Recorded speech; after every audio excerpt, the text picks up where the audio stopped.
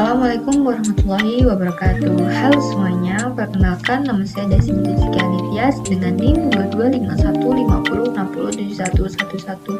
22515060711141 Prodi Pendidikan Teknologi Informasi kelas C. Di sini pada part pertama saya akan menjelaskan konsep statistika pada matkul statistika dasar. Oke. Untuk yang part pertama ini kita ada 4 topik yang kita bahas. Yang pertama yaitu pengertian statistika, yang kedua yaitu peranan statistika, yang ketiga yaitu pembagian statistika, dan yang keempat adalah metodologi statistika dan macam-macam variabel. Oke, next. Pengertian statistika. Nah, di sini menurut para ahli, yang pertama yaitu menurut Croxton dan Cowden, arti statistika adalah metode untuk mengumpulkan, mengelola, menyajikan, dan menginterpretasikan data yang berwujud angka. Menurut Anto Dajat, pengertian statistik adalah data kuantitatif, baik yang masih belum tersusun maupun yang telah tersusun dalam bentuk tabel. Menurut Prof. Dr. Haji Agus Arianto, pengertian statistik adalah sekumpulan cara maupun aturan-aturan yang berkaitan dengan pengumpulan, pengolahan, analisis, penarikan kesimpulan atas data-data yang berbentuk angka dengan menggunakan suatu asumsi tertentu. Nah, di sini secara garis besar statistik adalah ilmu yang mempelajari tentang seluk-beluk data, yaitu tentang pengumpulan data, pengolahan data, penganalisis data, penafsiran, dan penarikan kesimpulan dari data yang berbentuk angka-angka tersebut dan disusun dalam bentuk tabel. Nah, yang kedua yaitu peranan statistika. Apa sih peranan statistika? Nah, peranan statistika itu ada dalam berbagai bidang. Nah, yang bidang pertama yaitu dalam kehidupan sehari-hari. Statistik memiliki peranan sebagai penyedia bahan-bahan atau keterangan-keterangan berbagai hal untuk diolah dan ditafsirkan. Contoh nih, angka kenakalan remaja, tingkat biaya hidup, tingkat kecelakaan lalu lintas, dan tingkat pendapatan. Semua itu adalah bidang statistika dalam kehidupan sehari-hari. Oke, yang kedua yaitu dalam penelitian ilmiah. Nah, statistik memiliki peran sebagai penyedia data untuk mengemukakan atau menemukan kembali keterangan-keterangan yang seolah-olah tersembunyi dalam angka-angka statistik. Nah, penelitian ilmiah ini akan saya bahas di slide selanjutnya. Apa saja sih yang tahapan-tahapan peranan dalam penelitian ilmiah nanti. Yang selanjutnya yaitu dalam kegiatan proses belajar mengajar. Statistika banyak membantu dalam menganalisis soal-soal yang diberikan dalam kegiatan pembelajaran. Contoh, perbandingan banyaknya siswa perempuan dan laki-laki di kelas, atau rata-rata prestasi siswa matematika di kelas 3, seperti itu. Kemudian ada dalam kegiatan ilmu pengetahuan. Nah, statistik memiliki peranan sebagai sarana analisis dan interpretasi dari data kuantitatif ilmu pengetahuan, sehingga seolah-olah diperoleh suatu kesimpulan dari berbagai data tersebut. Nah, ini dia peranan dalam penelitian yang tadi ada di sebelumnya, yaitu ada penentuan sampel penelitian, ada pengembangan alat pengembalian data, menyajikan data, analisis data, atau menguji hipotesis. Nah, untuk penentuan sampel penelitian ini bertujuan untuk diperolehnya sampel yang representatif atau perwakilan bagi populasinya dan diperoleh ukuran sampel yang memadai untuk dilakukannya penelitian.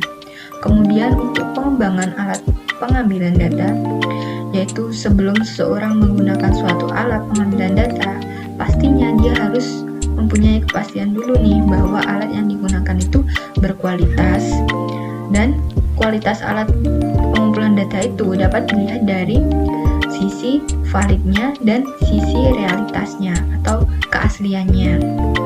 Kemudian yaitu menyajikan data. Data yang telah dikumpulkan melalui teknik pengambilan data tentu masih bersifat itu data itu mentah.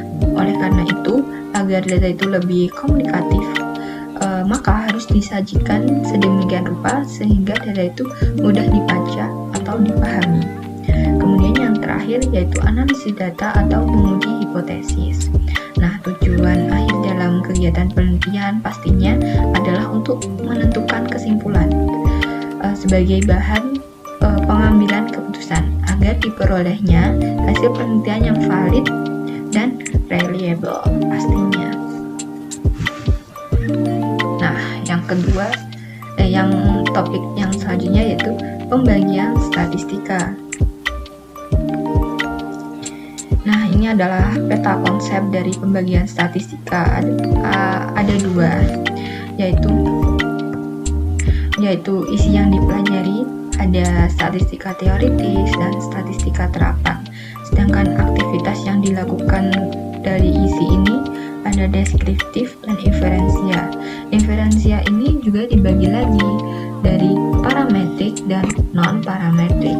Nah, penjelasan lebih jelasnya akan saya jelaskan di slide berikutnya.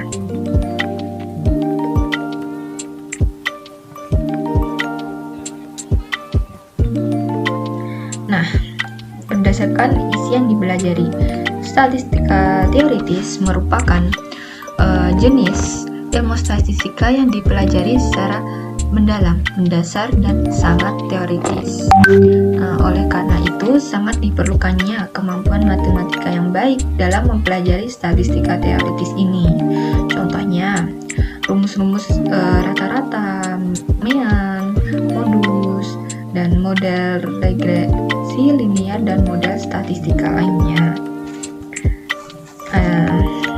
Yang selanjutnya yaitu statistika terapan. Berbeda dengan statistika matematis, dalam mempelajari statistika terapan ini tidak dibutuhkannya kemampuan matematika yang kuat. Nah, karenanya statistika terapan hanya mempelajari teknik-teknik penggunaannya saja. Nah, oleh karena itu,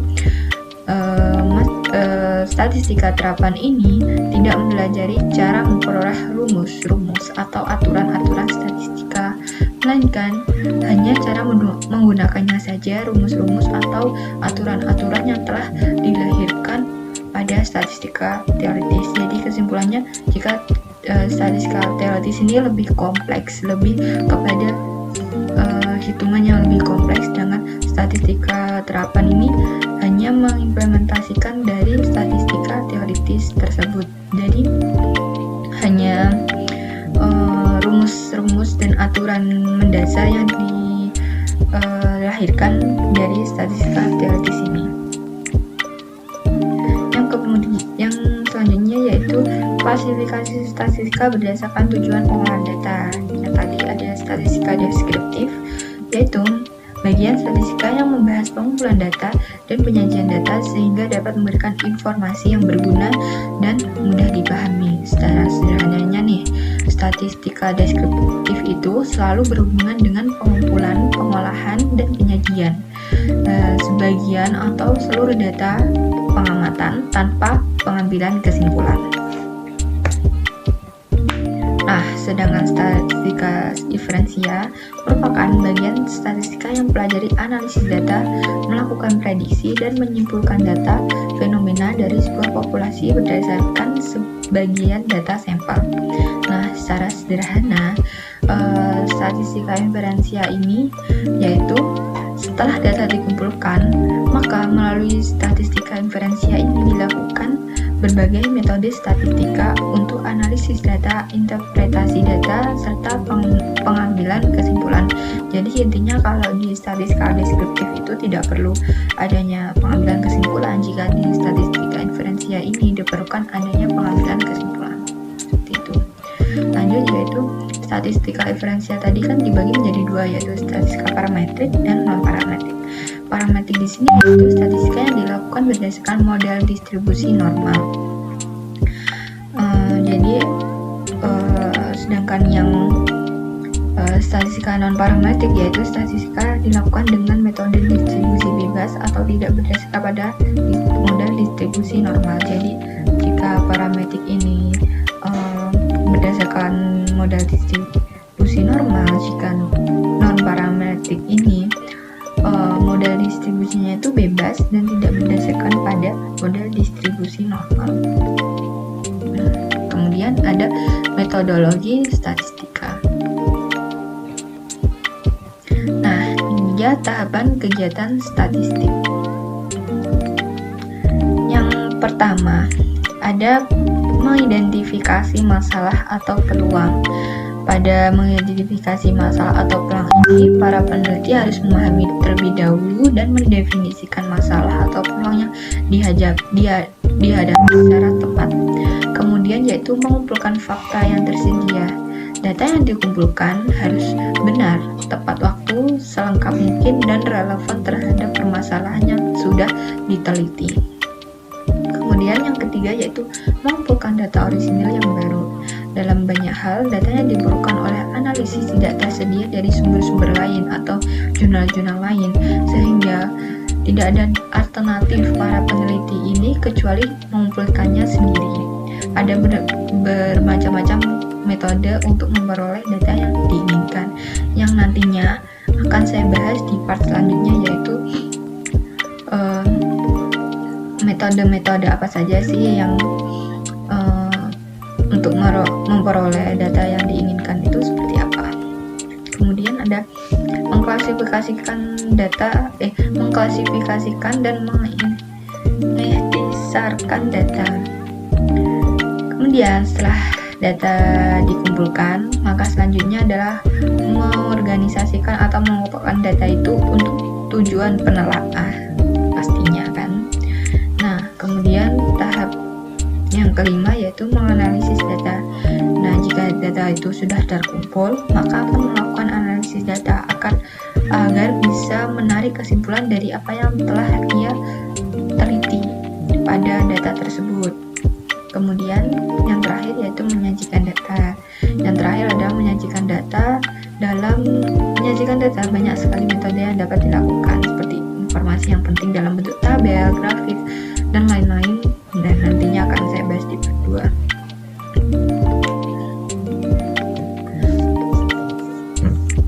Nah, ini adalah tabel tahapan kegiatan statistik. Yang pertama yaitu dari mulai identifikasi masalah atau peluang. Kemudian lanjut kumpulan fakta internal dan eksternal yang relevan dengan permasalahannya. Nah, apakah fakta tersedia itu cukup dari sini atau harus menggunakan lagi metode seperti wawancara, kuesioner, atau lain-lain. Jika tidak, berarti kumpulkan lagi. Nah, jika ya, langsung ke klasifikasikan dan ikhtisarkan dengan menggunakan tabel grafik. Nah, kemudian yang selanjutnya, apakah informasinya dari sampel? Jika ya, gunakan informasi sampel untuk yang pertama itu mengevaluasi nilai parameter, yang kedua itu menguji asumsi-asumsi tentang parameter. Nah, kemudian interpretasikan hasil dan tarik kesimpulannya dan ambil keputusan. Nah, jika di sini tadi tidak, maka sajikan dan komunikasikan informasi yang diikhtisarkan dalam bentuk tabel dan grafik dan ukuran deskriptif. Kemudian gunakan informasi sensus untuk mengevaluasi alternatif rangkaian tindakan dan mengambil keputusan. Jika sudah, maka selesai.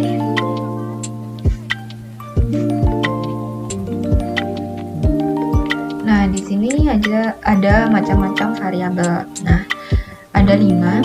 Yang pertama itu variabel independen, yang kedua itu ada variabel dependen, yang ketiga ada variabel moderator, yang keempat ada variabel intervening, dan yang terakhir ada variabel kontrol. Oke. Kita akan membahas yang pertama variabel independen. Variabel independen juga disebut dengan variabel bebas, yaitu merupakan variabel yang mempengaruhi atau yang menjadi sebab perubahan atau timbulnya variabel dependen, atau disebut juga yaitu terikat. selanjutnya variabel dependen. Di sini variabel dependen juga disebut dengan variabel terikat, yaitu variabel yang dipengaruhi atau yang menjadi akibat karena adanya variabel bebas. Hubungan variabel dependen dan variabel independen. Hubungan variabel independen dan variabel dependen. Jadi nih, variabel bebas itu X, independent variable, sedangkan variabel terikat yaitu dependent variable yaitu Y. Contohnya, komitmen kerja yaitu sebagai variabel independen, sedangkan produktivitas kerja yaitu sebagai dependent. Yang di sini adalah kan variabel independen, variabel dependen itu terjadi akibat adanya variabel independen. Nah, sedangkan di variabel independen ini contohnya yaitu komitmen kerja yang akan mengakibatkan ini si Y, variabel dependen ini akan melakukan produktivitas kerja. Nah, implementasinya itu seperti itu.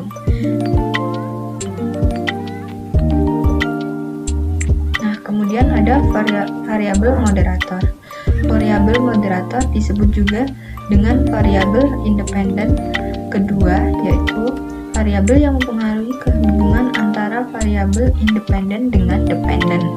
Nah, di sini contohnya perilaku suami yaitu sebagai variabel independen, perilaku istri yaitu sebagai variabel dependen, dan jumlah anak ini sebagai variabel moderator. Nah, hubungan suami istri ini akan semakin kuat bila memiliki anak tentunya. Nah, ini variabel moderator ini adalah 5 anak. Dan bisa saja semakin renggang bila ada pihak ketiga yang mencampuri di sini. Nah, jika ada pihak ketiga. Nah, ini implementasinya itu seperti itu. Jadi variabel moderator ini yang mempengaruhi adanya hubungan independen dan yang mempengaruhi adanya variabel independen dan variabel dependen.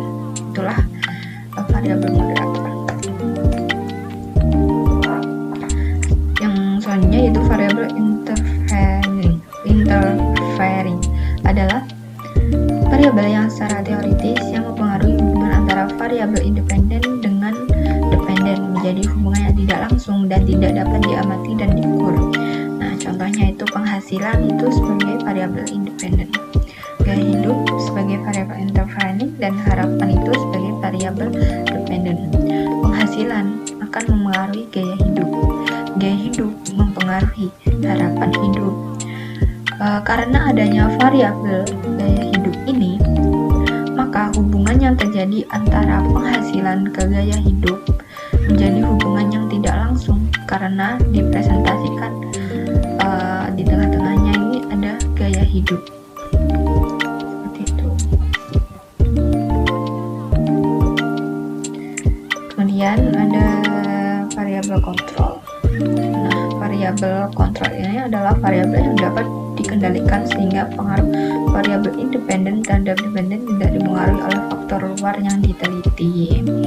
Nah, pada kabar ini contoh topik yang diambil adalah perbandingan metode daring dan luring terhadap tingkat penguasaan materi mahasiswa sebagai variabel dependen. Nah, tentunya kedua variabel tersebut akan lebih valid jika dilakukan pada mahasiswa di kelas semester dan universitas yang sama. Ini sebagai variabel kontrol, variabel yang mengontrol variabel independen dan dependen. Oleh karena itu, akan ada variabel kontrol di sini di antara variabel independen dan dependen. Seperti itulah contoh dari variabel kontrol. Nah, sekian presentasi dari saya. Semoga apa penjelasan yang saya jelaskan bisa diterima oleh teman-teman, dan apabila ada kurang lebihnya saya mohon maaf. Wassalamualaikum warahmatullahi wabarakatuh. Sampai jumpa.